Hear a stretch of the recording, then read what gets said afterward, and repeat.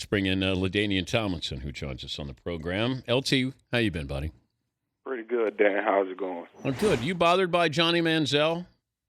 No, I'm not bothered by Johnny. I think, people need to realize, and I'm sure some do, that he's a kid. He's going to grow up at some point.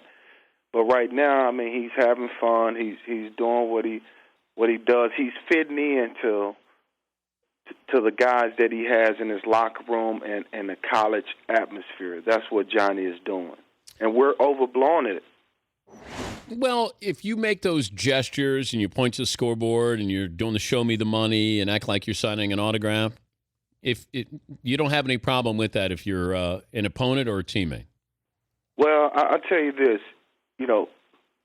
As you know, Dan, football is an emotional sport, and out there on the football field, there's all kind of talking going on. So I guarantee you, Rice is not innocent in the matter. They were bumping, they was chopping at Johnny, talking, maybe telling him certain things about signing and what have you. And Johnny reacted to it. Here's a guy clearly very talented and still the best college football player that we have in college football. So I really don't have a problem with it. I just think that, they're actually, they're really, imitating him, and they're, making him really out to be some guy that he's really not. I just think he's a confused young man, and we should get over it. Yeah, I'm entertained by him, but I'm entertained by people who are great at what they do. Now, do I like that style all the time? No, but I do understand it, and I agree. I think that the other side is probably trying to get into his head, and he's probably saying, no, I'll get into yours before you get into mine. But it's certainly an entertaining kid, and I think let's see what happens in the Alabama game. Right. Exactly. Yeah, that might bring him back down to earth a little bit there. Running quarterbacks, I was talking to Peter King and Clay Matthews about that earlier in the show. Is it a fad that you have RG3 and Colin Kaepernick with their approach, their style, and how it's integrated into the offense? I wouldn't say it's a fad. I think it's what we're seeing from the next generation of quarterbacks that are developing. You take a look at the young kid from Florida State, Winston, last night. Yeah. These kids are developing, but they also have the ability, to run the football. And so these coaches having to come up with a different type of scheme, to fit that style of quarterback or to take advantage of the defenses in today's game. And so right now we call it a fad, a gimmick, because we don't know if it's going to stick around. But I believe, Dan, that it's here to stay.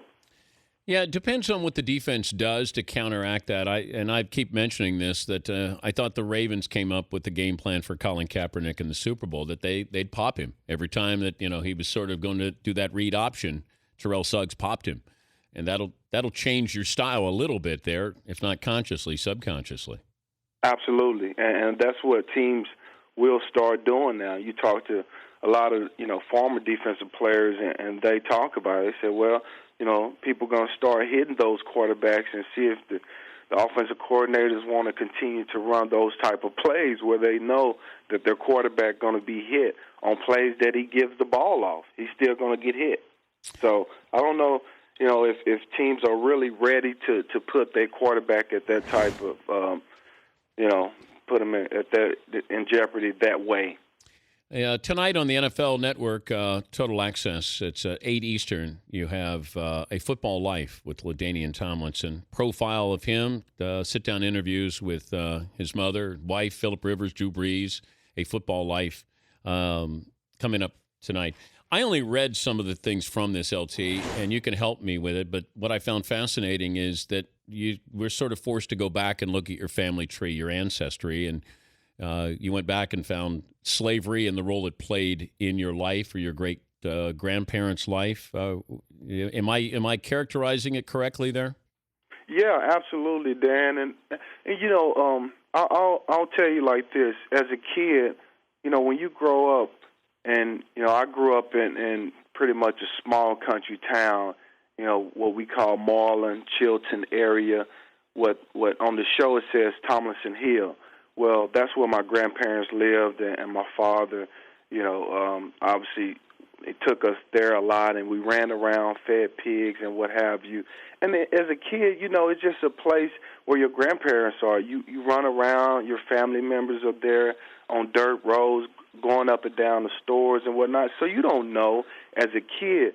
But now, as an adult, looking back and realizing that, that was actually, a plantation area where my family were first originated from, that they worked that plantation and were slaves there.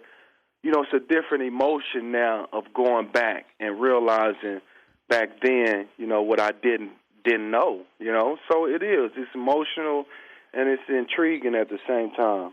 But you didn't know what role slavery played. You didn't even know that the fields you're playing on were fields where, slaves were working. Absolutely not, because, my father, he didn't talk about it much. I don't think he wanted to revisit his childhood and certainly tell me about, certain things that happened. He wanted to shelter me from a lot of things that happened back then. And I understood that. We probably had one or two conversations about some of the things that happened. But that was it. He didn't want to talk about it. You also, in a football life, you talk about how meeting Emmitt Smith changed your life. Yeah, because I think at the time I was 12 years old, and I was a pretty good athlete, but I was lacking confidence, because I had no realistic expectations of getting to college or making it to the National Football League, because no one around me had never did it. It had never been done from where I was from. And so, I felt like, man, is it possible? So when I met Emmitt Smith and just having him, obviously handing the ball off and giving, motivational talks, but just being able to just touch the guy and know that he's real and not some superhero that I watched on television on Sundays, and it gave me confidence. And I think that's when I really started to take off as a young athlete. You look at the role of running backs now, and I know you have Chris Johnson and you have Adrian Peterson, but it just seems like we're using a running back when needed, where it used to be the running game set up the passing game. Now it's probably the other way around. And I look at Adrian Peterson. I don't know if we have another running back, in college football that's coming out eventually that we say, boy, he's going to be a difference maker. What happened to the running back along the way? It's hard to tell nowadays, particularly I believe in college now, the type of offenses that, they're running now in college football, where the running game is phased out somewhat. I mean, how many running backs now in college you see getting 20 carries a game? Not many. Yeah. I mean, even on the college level. And so it's the type of offense that they're running is really phasing out the running back. But I'll say this, Dan. If you have a talented guy like Adrian Peterson or any talented running back that you have seen in the past, you're going to get that guy the ball more than 20 times. Now, is it a matter of maybe it's not many talented running backs as there used to be? I mean, possibly, because think about it. Guys are now starting to play wide receiver. So the running backs are moving to wide receiver. And so I think still there will be guys that come along, few in between, I believe, but there will be some guys that come along that'll be impact running backs. Can Adrian Peterson catch Emmitt Smith? Wow, I mean, I think it's certainly possible. I mean, you can't say it's not possible because of what Adrian has done up until this point in his career. But also, he's really shown the ability to be able to stay healthy, and when he has gotten hurt, he's bounced back pretty quickly. And so at this point, I think, the jury's still out. I'm not going to doubt the guy. Well, can he rush for 2,500 yards? I don't think he'll have the opportunity to rush for 2,500 yards, meaning he's not going to get the amount of carries that he needs. Think about it, Dan. If he gets 300 carries, he has to average over 8 yards a carry in order to rush for 2,500 yards. I mean, that's what was a better year? You had your third year, I think. You had 1,600 yards and 100 catches. And didn't make the Pro Bowl. You did what? Yeah, really. Look it up. What? Who the hell was voting? We was 4-12. Well, I don't give a damn. Look at what you – are you kidding me? Okay, is that season better than Adrian Peterson's from last year?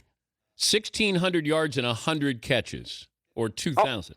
Well, you would say if you was looking for an all-around guy, a guy that obviously had to do a lot for his team, then my season was better because I had to catch the ball and make plays out the backfield and the passing game as well because we didn't have a go-to receiver at that time.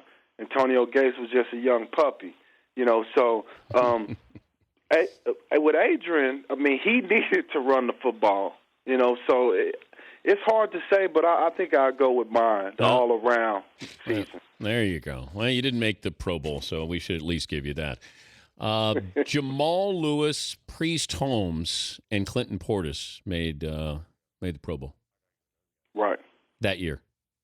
Yep. Yeah. You over it? Oh, yeah. Okay. Yeah, I'm over it. Okay. You moved on, right? Yeah, absolutely. I look forward to watching the Football Life tonight, and great to talk to you again, LT. Thank you, buddy. Thank you, Dan. All right. LaDainian Tomlinson, NFL Network. You can watch A Football Life tonight at 9 Eastern, profile of LT. And then following that, Rich Eisen's kickoff special on the NFL Network. Matt Damon, Kevin Costner, and Larry David. That'll be at 10:30 Eastern. The Dan Patrick Show, weekday mornings on Audience.